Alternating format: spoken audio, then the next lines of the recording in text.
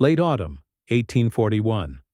A high, unnamed valley in the Rocky Mountains, a place that wouldn't see a map for 50 more years. The air was not just cold, it was thin, sharp, and carried the smell of iron and distant snow. The wind, a constant presence, had no sound of leaves, only the high, dry whistle of scouring rock and the groan of lodgepole pines. It was a wind that seemed to come from inside the bone, a deep chill that no fire could touch. In this valley, Elias Thorne, a trapper in his third season, was checking the chinking on his cabin. He was a lean man, all sinew and patience, his face already etched by sun and cold, though he was not yet 30. He ran a gloved hand along the gap between two logs, a gap he had packed only weeks before with river clay and dried moss. A fine, icy powder was already spraying through, coating his glove. He sighed, the sound a small white cloud that was instantly torn apart by the wind. This cabin, built in the summer of 1839, was his tomb, and he knew it. He had built it just as he had been taught, the way all the men at the rendezvous said to. Find straight trees, saddle-notch them tight, build a big hearth, and face the door away from the wind. He had done all this, and last winter he had nearly died. He remembered the nights, not with the sharp terror of a bear attack, but with the dull, creeping horror of the cold. He remembered sitting so close to the roaring fire that his buckskin steamed, while the water bucket 10 feet behind him remained a solid block of ice. He remembered waking in the blackness, his breath a frozen crust on his beard and blankets. The fire dead, the inside of the logs coated in a glittering half-inch layer of frost. The cabin was a sieve. It was a machine for turning firewood into smoke, a box that held the cold in. He looked at the hearth. It was massive, built of heavy river stones, and it took up most of the west wall. It looked strong. But he now understood it was a thief. It was built into the wall, and he could feel even now the cold radiating from the stones.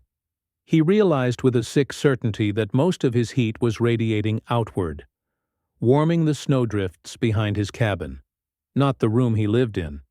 His floor was packed earth, and it was now as damp and cold as a grave. The single plank door, though heavy, was warped, and a steady, knife-like draft poured from beneath it. He had spent the last winter in a state of constant, exhausting labor, feeding the fire, cutting more wood, repacking the chinking, and shivering. He had burned through his entire massive woodpile by February, and had been forced to venture into the deep snows, risking his life among the drifts, just to cut more, just to feed the ravenous, inefficient beast his cabin had become. He looked at his grandfather's broadaxe leaning by the door. Its heavy, polished head was a tool of tradition, a tool that had built a dozen such cabins back east, in the rolling, forested hills of Pennsylvania. But Pennsylvania was not this. That was a land of damp cold, of hardwoods, of gentle snows. This was a high, dry, brutal altitude, a place of relentless wind and a cold that felt personal, a cold that pushed. The axe was the right tool, but it had been used to build the wrong idea. As he stood there, feeling the failure in the air itself, the first real snow of the season began to fall. Not flakes, but tiny, hard pellets that clicked against the frozen logs. He looked up at the gray, oppressive sky, a lid being screwed down onto the valley. The wind didn't howl. It pressed. He felt a dread that was deeper than hunger. The standard way, the way everyone did it, was wrong. And he knew with a terrible, quiet certainty that if he survived this coming winter, he would not spend another one in this box. He would have to unlearn everything he thought he knew about shelter. The standard way had been gospel. When Elias first came to this valley in 1839, he had followed the advice of men like Jedediah Moss, a seasoned trapper who held court at the summer rendezvous, a man whose word was taken as law. "Build 'em fast and build 'em high," Jedediah had said, spitting tobacco juice onto the dust. "A high roof lets the smoke out, and a big fire keeps the wolves back. Don't waste time burying yourself. A man needs to see what's comin'. And so Elias had built fast. He had chosen a spot on the open flat of the valley, near the creek, but exposed. He felled the straightest lodgepole pines he could find. He and 2 other men, passing through, had raised the walls in a week. They had used the simple saddle notch, quick to cut, but prone to shifting and opening gaps as the green wood cured. The logs were thick, a foot in diameter, and everyone who saw them nodded in approval. "That'll stop a breeze," they'd said. They were wrong. A log, he now knew, was not a barrier to cold. It was a conductor. Heat passed through the dense wood, leaving the inner wall almost as frigid as the outer. The real problem, the one that nearly killed him in the winter of 1840, was the chinking. The standard recipe was clay, water, and whatever grass or moss was at hand. It looked solid when it was wet, but the high-altitude air was desperately dry. The clay mix cured, shrank, and cracked. It fell out in chunks. The wind, that relentless pressurized wind, found every single pinhole. It didn't just drift in, it jetted in, creating dozens of invisible icy streams that chilled the air. He had spent that winter in a constant battle against these leaks, stuffing them with spare rags, more moss, even shavings of wood.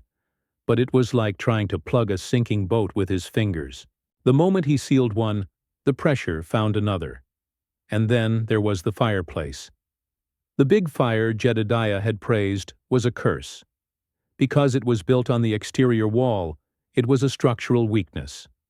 The stones, set against the logs, were a massive thermal bridge, a highway for heat to escape. To keep the fire from dying, he had to leave the flue wide open. This created a powerful draft, a vacuum that sucked the cold air from every crack in the cabin, pulled it across the floor, freezing his feet, and shot it right up the chimney along with the heat. He was, in effect, actively ventilating his cabin with sub-zero air. That winter of 1840, he had been besieged. The snow piled up, but not in a helpful way. It drifted against the north and west walls, but the wind scoured the roof and the south-facing side, leaving them bare and exposed to the elements. He had to use his precious firewood not just to create new heat, but to fight the heat that was actively being stolen by his own shelter. He developed a deep, rattling cough. His fingers and toes were perpetually numb. He wasn't living in the cabin. He was surviving it.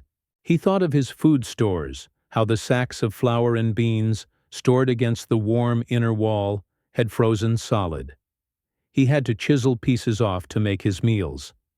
It was a fortress that had allied with the enemy. The realization was slow and painful. It wasn't his execution that was flawed.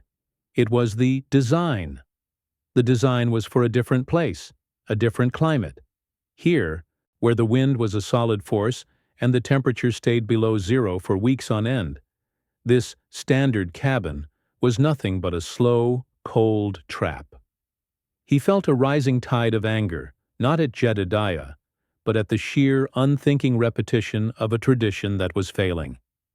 The cabin was a monument to ignorance, and he was its frozen prisoner. In the spring of 1841, after the snows finally melted and the terror of the winter had receded into a dull ache, Elias did not begin trapping. He left his failed cabin standing, a hollow monument to his mistake, and he began to watch. He spent days sitting on a hillside, observing the path of the sun, something he had only ever noted for telling time. He watched how the sun, even in March, struck the south-facing slopes, melting their snow long before the north-facing ones. He watched the wind, how it eddied and curled around rock formations, how it scoured the high ridges but left the areas tucked just below the crest in relative calm. He found a bear's den not by accident, but by searching. It wasn't a cave, but a deep burrow dug into a steep south-facing hillside, its entrance a small low hole, almost hidden by brush. He realized the bear was smarter than any trapper. It used the earth itself as its blanket, the deep, constant temperature of the ground insulating it from the extremes of the air. It didn't that summer. He journeyed to the rendezvous, but he wasn't there for the trade or the whiskey. He was seeking a man. His name was Baptiste Vieux Dubois, an elderly French-Canadian trapper who had spent 2 decades living far to the north, beyond the mountains, with the Cree and the Inuit. He was often mocked by the American trappers for his strange, half-buried shelters and his quiet, heathen ways. Elias found him sitting away from the chaos, mending a snowshoe. Elias sat, offered his tobacco, and waited. Finally he asked, "Vieux, how do you stay warm when the wind comes?" Baptiste didn't look up from his work. He was silent for a long time. Then he pointed with his knife at the raucous camps of the other trappers. "They build chateau," he scoffed. "Big, proud. They build to fight the wind. The wind. Elle gagne toujours. It always wins." He squinted at Elias. "You build like them. Your fire is on the wall, non? You warm the wilderness." Elias nodded, feeling ashamed. "So what is the answer?" Baptiste finally set down the snowshoe. "You do not fight the wind. You hide from it. You let the terra, the earth, hold you, like the ours." He described his shelters in the north. They were low, half-buried. The fire was in the center, a pit in the earth, the smoke rising through a small hole, the heat radiating in all directions. "But the walls," Elias pressed. "The wind comes through the logs." Baptiste smiled, a rare cracked expression. "Your log is one. You need do two." He held up 2 gnarled fingers. He described a method he had seen used by Russian traders on the coast, who had learned it from God knows where. They build one wall, then un vide, a space, then another wall inside. In the vide, they put the mousse, the dry moss, dry like dust. The cold, it touches the first wall. It stops. It cannot cross the vide. The air, the dead air. It is the best blanket in the world. He tapped his temple. The cold, it does not like to jump. You give it a wall, it climbs. You give it air, it stops. This simple, profound idea struck Elias like a physical blow.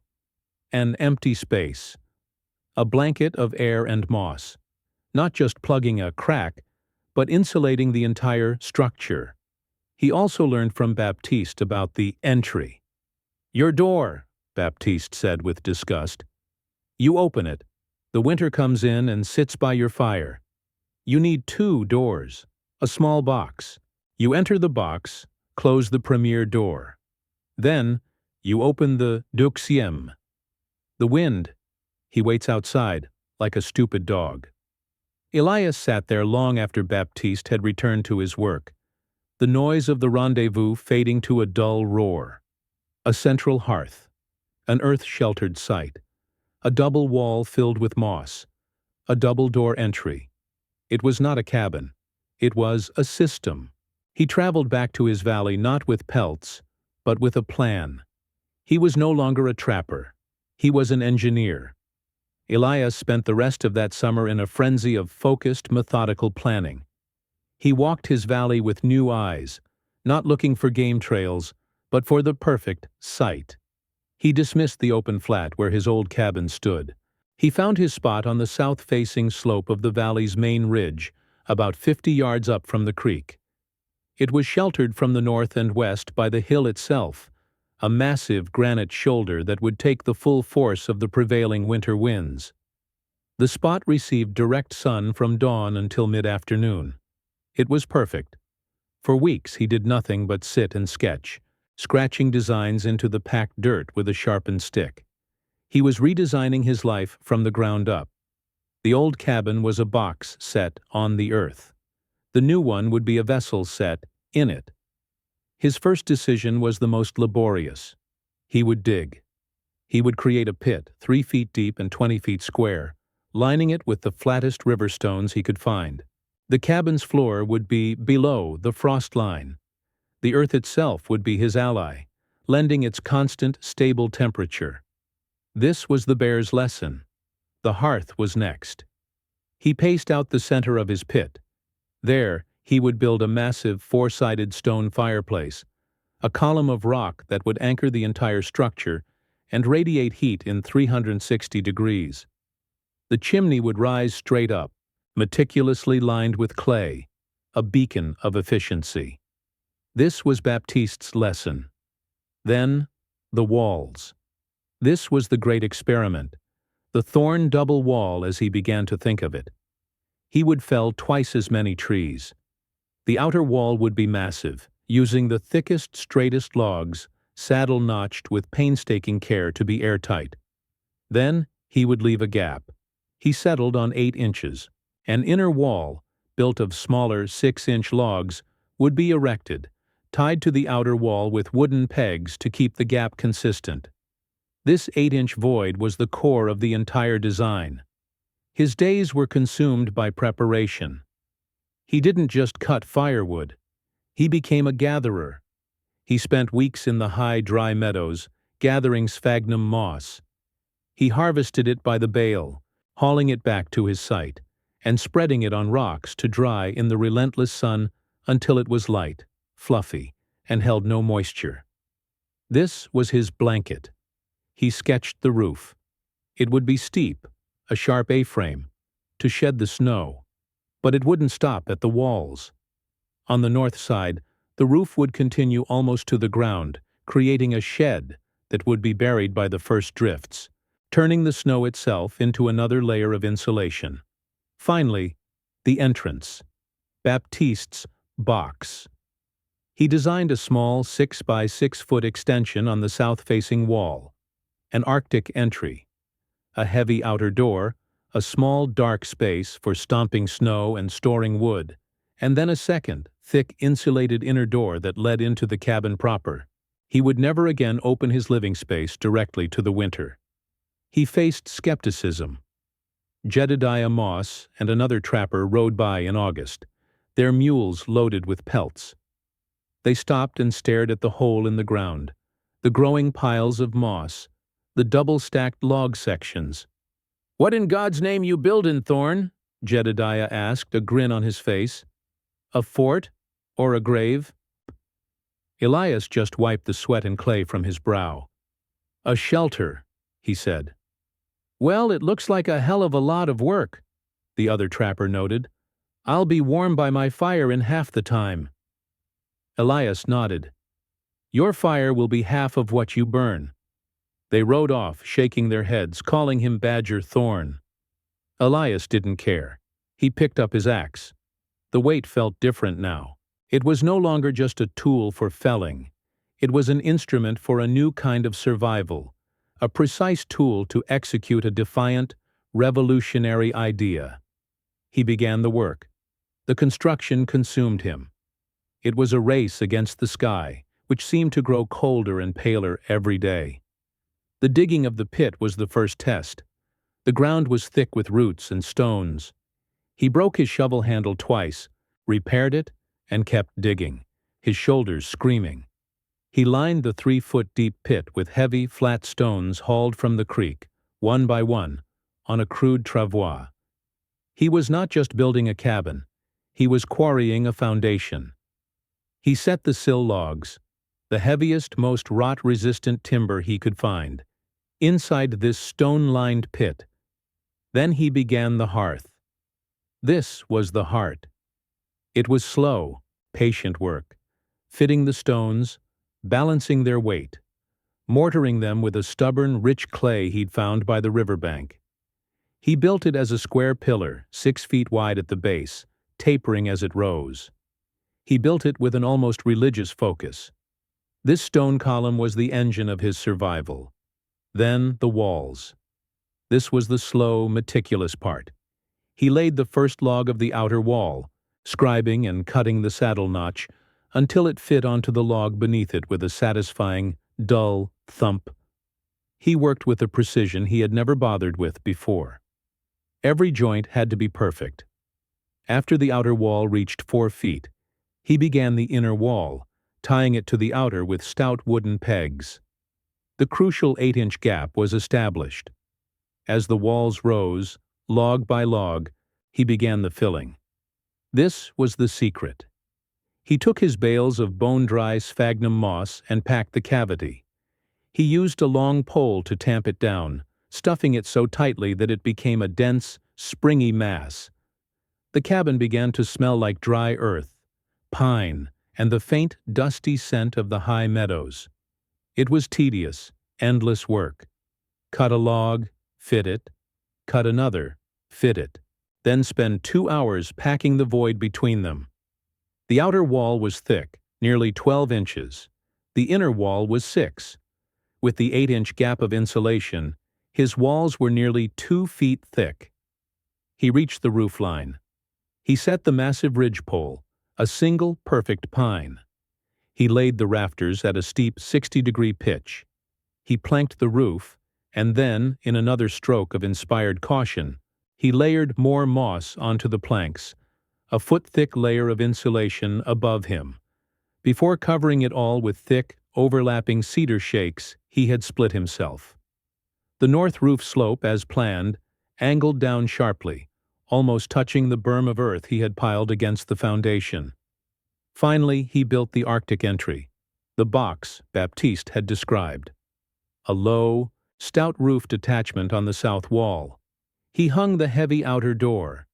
He built the inner door from 2 layers of planking, and he stuffed the space between them with moss as well. It was a door as thick as a wall. By late October, it was finished. It was the strangest building he had ever seen. It was low, squat, and seemed to be sinking into the hillside. It didn't soar. It hunkered. The windows were tiny, just 2 small south-facing squares that he had no glass for, only thick, oiled parchment. Jedediah Moss rode by one last time before heading to his own wintering ground. He didn't even stop. He just stared at the mound of logs, earth and moss, the wisp of smoke from the chimney. He shook his head and kept riding. Elias went inside. He closed the heavy inner door, sealing himself in. The air was still. The quality of the silence was immediate and profound. He lit a small fire in the massive central hearth. The stones began to warm, and a slow, even heat began to fill the small 20 by 20 space. He waited. The wind was rising outside, he knew it. But inside, he heard nothing. The winter of 1841 came not as a storm, but as a siege. It began with a wind that blew from the north for 3 solid weeks, a high-altitude scream that scoured the peaks and drove the temperature down to 30, then 40, below zero. Then the snow came. It was not a gentle fall.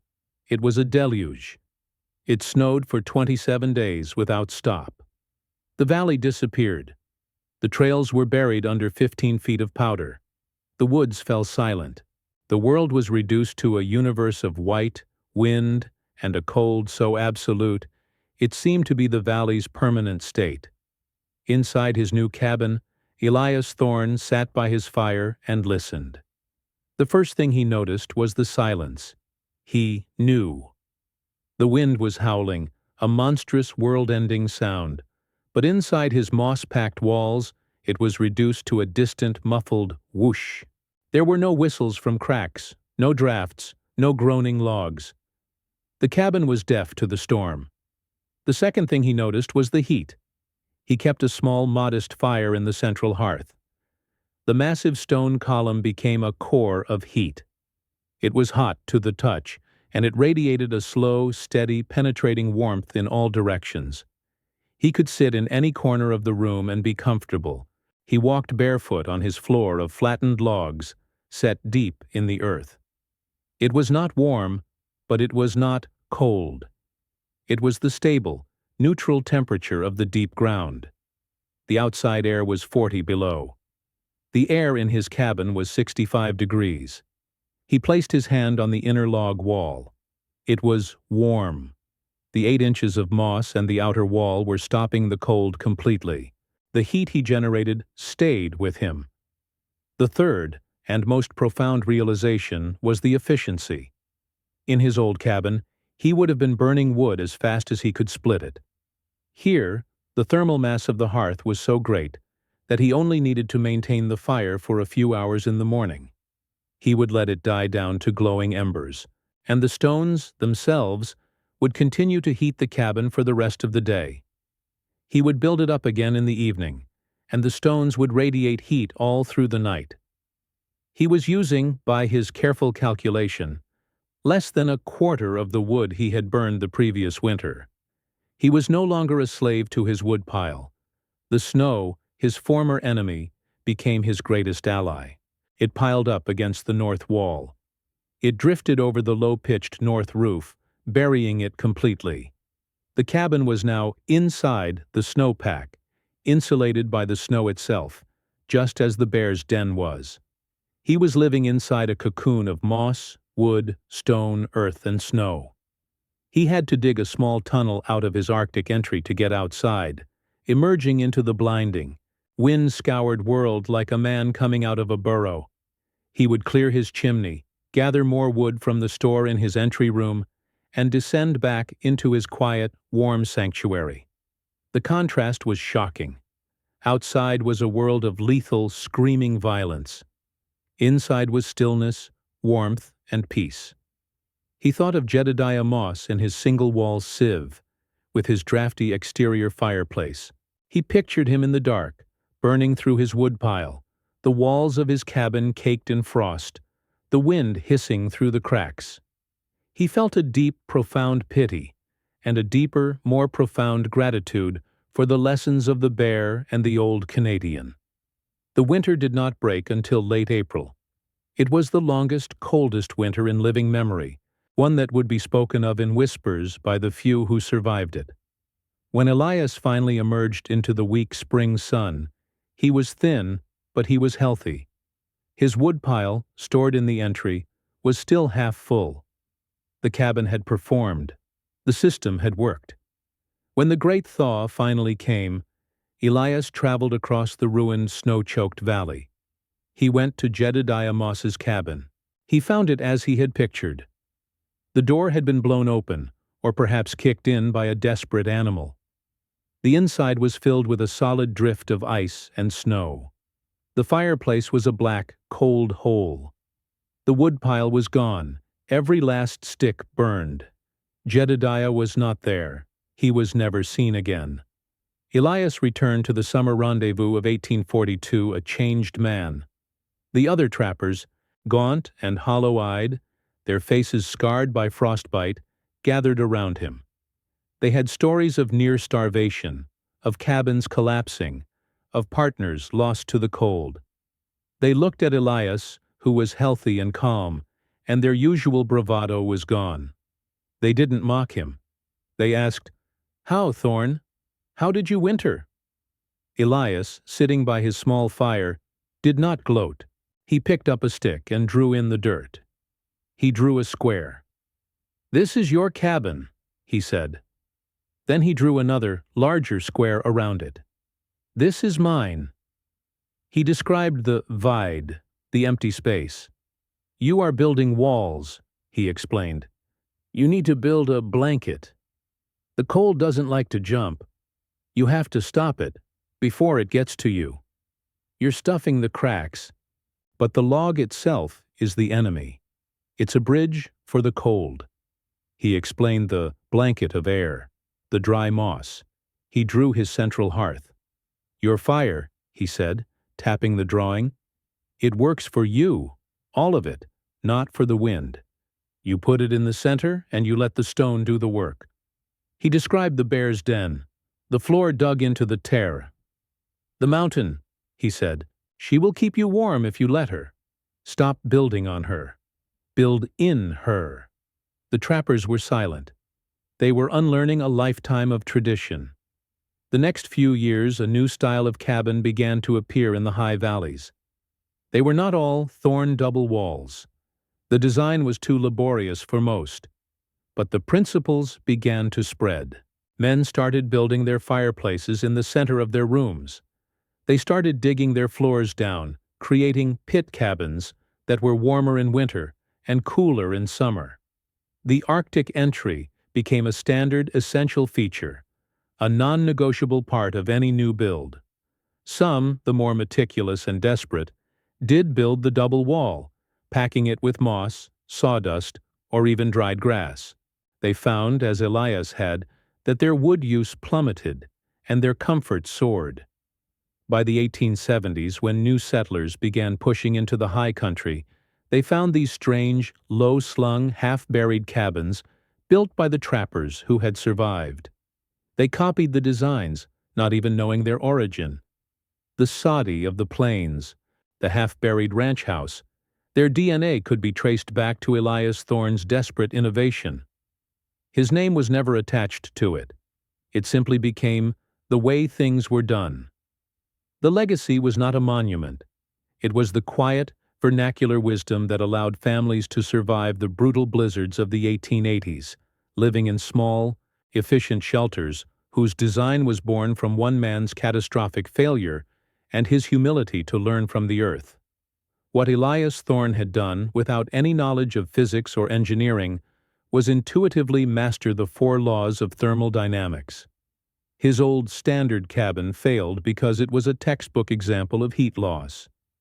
The massive exterior fireplace was a conduction nightmare, transmitting heat directly from the fire to the outside air through the stone. The single log walls were poor insulators, allowing heat to conduct right through the wood. The drafts from the door and cracks were convection, with cold air physically displacing the warm air and flushing it up the chimney. His new cabin was a masterpiece of thermal retention. The central hearth was the first stroke of genius. It attacked the problem of radiation. By placing the stone mass in the middle of the room, 100% of its radiated heat was transferred to the living space, not just 50%. The massive stone itself became a thermal battery, soaking up heat when the fire was high and releasing it slowly for hours after, stabilizing the temperature. This principle of thermal mass is why the cabin stayed warm all night. The second innovation, the Thorne double wall, was the solution to conduction. A solid log has a low R value, the measure of its resistance to heat flow. But the 8-inch gap, packed with fluffy, dry moss, was revolutionary. It wasn't the moss itself that was the primary insulator. It was the millions of tiny pockets of air trapped within the moss. Trapped, dead air is one of the most effective insulators known. Elias had, in effect, built a 2-foot-thick thermos. He had broken the thermal bridge, stopping the cold on the outer wall and protecting the inner living space. This is the same principle that governs modern fiberglass insulation and high-efficiency windows. Then he mastered convection and environmental design. By sinking the cabin into the earth, he used the planet's geothermal stability. The ground, just a few feet down, stays at a relatively constant 40 or 50 degrees, even when the air above is 40 below. His floor and back wall were not losing heat to sub-zero air. They were gaining it from the stable earth. The steep, snow-shedding roof, combined with the earth-bermed north wall, made the cabin aerodynamic, letting the wind flow over it rather than against it. The piled-up snow, itself a fantastic insulator, became part of the design. Finally, the Arctic entry was a thermal lock, a simple, brilliant solution to air exchange. He could enter or leave without ever exposing his living space to the outside, preventing the massive convective heat loss that plagued every other cabin in the valley. Elias Thorne, a man with only an axe and a problem, had designed a complete, passive, high-efficiency thermal system, anticipating by a century the core principles of green building and resilient design. Elias Thorne lived in his small, warm mound for another 34 years. He watched the valley change, watched the trappers give way to miners, and the miners give way to ranchers. He saw their new homes, built from thin, milled lumber shipped from the east, with tall walls and large, single-pane glass windows. He watched them struggle, watched them haul wagon loads of coal to feed their pot-bellied stoves, their homes just as drafty and cold, in their own way, as his first failed cabin. They had new technology, but they had forgotten the old, hard-won wisdom. His cabin became a curiosity, old Badger Thorn's hovel. But it was a hovel that, in the most brutal winters, never had frost on its inner walls. He passed away in the spring of 1876, a quiet man whose greatest work was the silent, efficient shelter he left behind. The cabin was abandoned, and the earth slowly began to reclaim it. The roof eventually fell in, but the stone-lined pit and the massive central hearth remained, a testament to the idea. Decades later, travelers would stumble upon the ruins and wonder why any man would build a fireplace in the middle of a room, never understanding they were looking at the very heart of a masterpiece. The structure Elias built was more than a solution. It was a physical argument for a different way of thinking. It was a testament to the power of humility. The standard cabin was an act of arrogance. It was an attempt to impose an idea from one climate onto another, an effort to fight the winter, to defeat it with a big enough fire. Elias's cabin was an act of submission. It was a shelter born from careful observation, from listening to the wind, the earth, and the quiet wisdom of those who had come before. It was a design that understood that survival is not about conquering nature, but about cooperating with it. He had learned that the most resilient design is not always the strongest or the tallest, but the one that bends to the forces around it, using the wind, the snow, and the earth as allies. The true lesson of the endless winter was not that a man needed a bigger axe or a larger woodpile. It was that he needed a smarter shelter. It was the profound, enduring realization that the difference between a cold tomb and a warm home is not the thickness of the walls, but the quality of the thought that separates them.